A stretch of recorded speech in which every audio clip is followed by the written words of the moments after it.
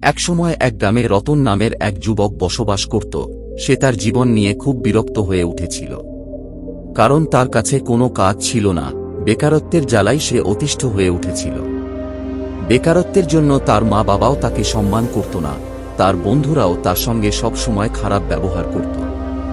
সে কিছু করে না জেনেও তার আত্মীয় স্বজনরা উপহাস করে বলতো, রতন তুমি এখন কি কাজ করছো? রতন বেকার ছিল, তাই সে লজ্জায় কিছু উত্তর দিতে পারত না, যার কারণে সে ধীরে ধীরে তার বন্ধু বান্ধব ও আত্মীয় স্বজনদের সাথে মেলামেশা বন্ধ করে দেয়। বেশিরভাগ সময় ঘরের মধ্যে একা বসে থাকত আর নিজের ভাগ্য আর উপরওয়ালাকে দোষারোপ করত। সে তার জীবনকে বোঝা মনে করতে শুরু করে। সে ভাবতে থাকে তার বেঁচে থাকার চেয়ে মরে যাওয়া অনেক ভালো। একদিন সে রাস্তায় যেতে যেতে দেখল একজন বৌদ্ধ সন্ন্যাসী গাছের নিচে বসে তার শিষ্যদের কিছু উপদেশ দিচ্ছেন। উপদেশ শোনার জন্য রতনও সেই ভিড়ের মধ্যে বসে পড়ল। বৌদ্ধ সন্ন্যাসী উপদেশে বলছিলেন, দুঃখ একজন শিক্ষকের মতো, যা আমাদের জীবনের সত্যকে তুলে ধরে। দুঃখ আমাদের জীবনে বাঁচার সঠিক পথ দেখায়। আপনি যদি চান আপনি জীবনে সঠিকভাবে বাঁচতে শিখতে পারেন। সৃষ্টিকর্তা কাউকে এমনি এমনি পাঠায়নি, সবাইকে কোনো না কোনো মহৎ কাজের জন্যই এই দুনিয়ায় পাঠিয়েছেন। আপনি চাইলে জীবনে সবকিছু অর্জন করতে পারেন, তার জন্য শুধুমাত্র আপনাকে নিজেকে জানতে হবে। এই বিশ্ব ব্রহ্মাণ্ডের সমস্ত ক্ষমতা আপনার মধ্যে বিদ্যমান। আপনাকে শুধুমাত্র এই ক্ষমতার উপলব্ধি করতে হবে। আর এই ক্ষমতার উপলব্ধি করাতে পারে একমাত্র জীবনের জ্বালা যন্ত্রণা ও দুঃখ কষ্ট। গুরুদেবের প্রবচন মনোযোগ দিয়ে শোনার পর রতন বলল, গুরুদেব, আমার জীবনে তো বরাবর দুঃখ লেগেই থাকে, আমার সঙ্গে তো কোনোদিন কিছু ভালো হয়নি। আপনি বলেন সৃষ্টিকর্তা সবাইকে কিছু না কিছু মহৎ উদ্দেশ্যে পাঠিয়েছেন, কিন্তু আমার মনে হয় আমার জন্মটাই বেকার। সব শুনে বৌদ্ধ সন্ন্যাসী বললেন, তোমার আসল সমস্যা কি সেটা আমাকে খুলে বলো। রতন তার সমস্ত সমস্যা এক এক করে খুলে বলল। সমস্ত কথা শুনে গুরুদেব বললেন, এটা তোমার জীবনের বাস্তব সমস্যা নয়। তোমার জীবনে যখন কোনো বড় সমস্যা আসবে তখন তুমি আমার কাছে এসো, আমি তোমার সমস্যা সমাধান করে দেব। গুরুদেবের কথায় নিরাশ হয়ে সে ফিরে আসে। আর কিছুদিন পর একটা ব্যবসা শুরু করার সিদ্ধান্ত নেয়। অনেক চেষ্টার পরেও তার ব্যবসায় কিছুতেই সফলতা আসছিল না, তবে এতে তার পরিবারের সদস্যরা খুশি ছিল। এরপর ধীরে ধীরে রতনের ব্যবসা বাড়তে থাকে এবং ৩ বছরের মধ্যে সে একজন বড় ব্যবসায়ী হয়ে ওঠে। এখন রতনের আশেপাশে অনেক মানুষ ছিল যারা তাকে শ্রদ্ধা করত, ভালোবাসত। তার পরিবারের সদস্যরাও তাকে নিয়ে গর্ব করত। এখন সে তার জীবন নিয়ে খুব খুশি ছিল। একদিন রতনের বন্ধুরা রতনকে বলল, একবার ভাবো, তুমি যখন এই এলাকার, এই রাজ্যের সবথেকে বড় ব্যবসায়ী হবে তখন তোমার আরো কত খ্যাতি হবে। এই রাজ্যের রাজাও তোমার সঙ্গে মিত্রতা করবে, প্রয়োজনে তোমার কাছ থেকে ঋণ নেবে। বন্ধুদের এই কথাগুলো তার মনে গেঁথে যায়, আর সে খুব তাড়াতাড়ি বড় ব্যবসায়ী হওয়ার লক্ষ্যে ব্যবসায় ২ নম্বরি করা শুরু করে, টাকা ধার করা শুরু করে এবং অন্যান্য ব্যবসায়ীদের সাথে বেইমানি করতে থাকে। এসব মাধ্যমে সে বেশি অর্থ উপার্জন করত ঠিকই, কিন্তু এখন তার জীবনে আগের মতো শান্তি ছিল না। তার মনের শান্তি হারিয়ে গেছে। সে রাত্রে ঠিকমতো ঘুমোতেও পারে না। এত কিছু পেয়েও সে কিছুতেই সুখ পাচ্ছিল না। একদিন রাস্তায় যেতে যেতে রতন আবার ওই বৌদ্ধ সন্ন্যাসীর আশ্রম দেখতে পেল। সে গুরুদেবের কাছে গিয়ে বলল, গুরুদেব, আপনি বলেছিলেন জীবনে যখনই সত্যিকারের দুঃখ আসে তখনই চলে আসবে। এখন আমি অনেক কষ্টের মধ্যে রয়েছি, আমার রাতের ঘুম হারিয়ে গেছে, আমার জীবন থেকে শান্তি উধাও হয়ে গেছে। এরপর গুরুদেব বললেন, আগের বার যখন তুমি এসেছিলে তখন তোমার দুঃখ কষ্ট ছিল, আর এখনো তোমার দুঃখ কষ্টের মধ্যেই রয়েছে, তাহলে এর থেকে তুমি কি শিখলে? রতন বলল, জীবনে চেষ্টা করলে সবকিছুই অর্জন করা যায়।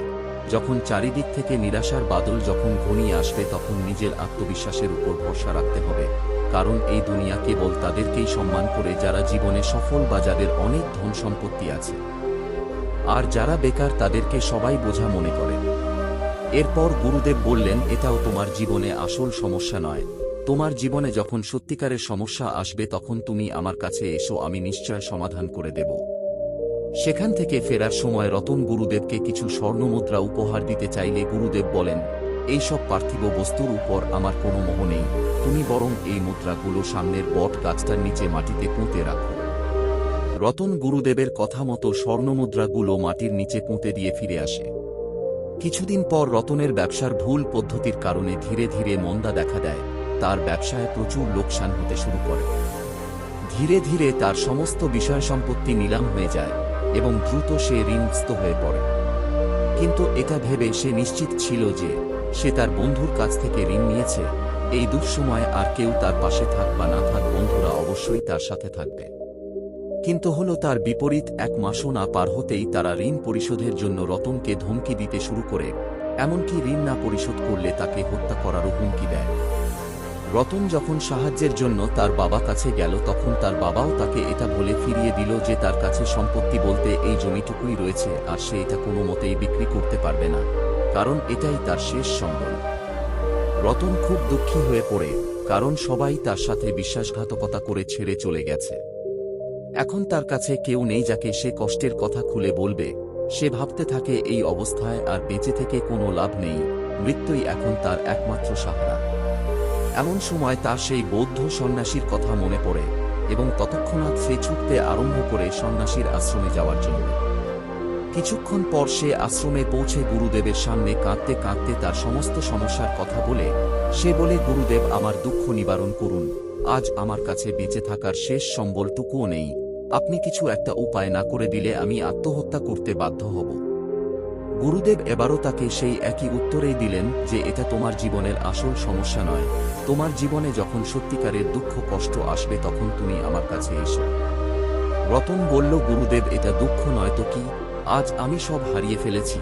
আমার পরিবার, আমার আত্মীয় স্বজন যারা একসময় আমাকে নিয়ে গর্ব করত, তারাও আজ আমাকে ছেড়ে চলে গেছে।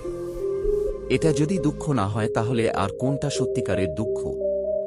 গুরুদেব বললেন, আচ্ছা বলো তো, এই দুঃখ থেকে তুমি কি শিখলে? রতন উত্তরে বলল, যারা সাফল্যের সময় তোমার পাশে আসবে তারা তোমার ব্যর্থতার সময় বিশ্বাসঘাতকতা করবেই। এই দুনিয়ায় এরকম খুব কম মানুষ আছে যারা তোমার খারাপ সময় তোমার পাশে থাকবে। কারো সঙ্গে বেইমানি করা উচিত নয়, লোভে পড়ে কখনো খারাপ কাজ করা চলবে না। বৌদ্ধ সন্ন্যাসী এবার তার কথায় প্রসন্ন হয়ে বললেন, মাটির নিচে যে স্বর্ণমুদ্রাগুলো পুঁতে রেখেছিলে সেগুলো নিয়ে যাও, আর আবার তুমি তোমার ব্যবসা শুরু করো।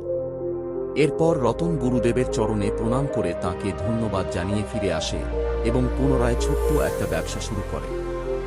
ছোট ব্যবসায়ী হয়েও এখন সে খুব খুশি ছিল। সে এরপর পুরো নিষ্ঠা ও সততার সাথে তার ব্যবসা করতে থাকে। ধীরে ধীরে আবার তার ব্যবসা বিস্তার লাভ করে, আর কিছু দিনের মধ্যেই সে এলাকার নামকরা ব্যবসায়ী হয়ে ওঠে। কিন্তু কিছুদিন পরেই তার মা বাবা দুজনেই একসাথে মারা যান। রতন তার মা বাবাকে খুব ভালোবাসত, তাই তাদের মৃত্যুতে সে গভীর শোকাহত হয়ে পড়ে। সে তার মা বাবার অন্তিম সংস্কার নিজের হাতে করেছিল, যার কারণে তার মন অস্থির হয়ে ওঠে। তার মা বাবার মৃত্যুর শোক থেকে সে কিছুতেই বেরিয়ে আসতে পারছিল না। সে এই দুনিয়ায় নিজেকে একা এবং খালি অনুভব করছিল। রতন কিছু উপায় খুঁজে না পেয়ে গুরুদেবের শরণাপন্ন হল এবং গুরুদেবকে বলল, গুরুদেব, আমার জীবনে এখন কোনো সমস্যা নেই, সব ঠিকঠাক চলছে, কিন্তু আজ আমার মা বাবা মারা যায়, আর এই ঘটনা আমাকে অত্যন্ত দুঃখিত এবং বিচলিত করে চলেছে। গুরুদেব বললেন, এতে দুঃখ পাওয়ার কি আছে? মৃত্যু হলো চিরন্তন সত্য। জন্মিলে মরিতে হবে, এটা সবাই জানে। একদিন আমাকেও মরতে হবে, আর একদিন তোমাকেও মরতে হবে। গুরুদেবের কথায় সে একটু শান্ত অনুভব করল এবং আবার গুরুদেবকে বলল, গুরুদেব, যখন সবাই অবগত যে মৃত্যু একদিন আসবেই, তাহলে কেন সবাই পার্থিব বস্তুর মোহে ছুটে মরছে? একদিন আগে পর্যন্ত আমার বাবাও তার সম্পত্তির জন্য লড়াই করছিল, আর এখন তার সমস্ত সম্পত্তি ইহলোকেই পড়ে রইল। সুখ ভোগ করা যদি জীবের আসল উদ্দেশ্যে নয়, তাহলে কেনই বা জীবের জন্ম? আর আমি বা কেনই বা আমার জন্ম হয়েছে? এই প্রশ্নের উত্তর আমি কিছুতেই খুঁজে পাচ্ছি না, আর এই সমস্ত প্রশ্নই আমাকে প্রতিনিয়ত বিচলিত করে চলেছে।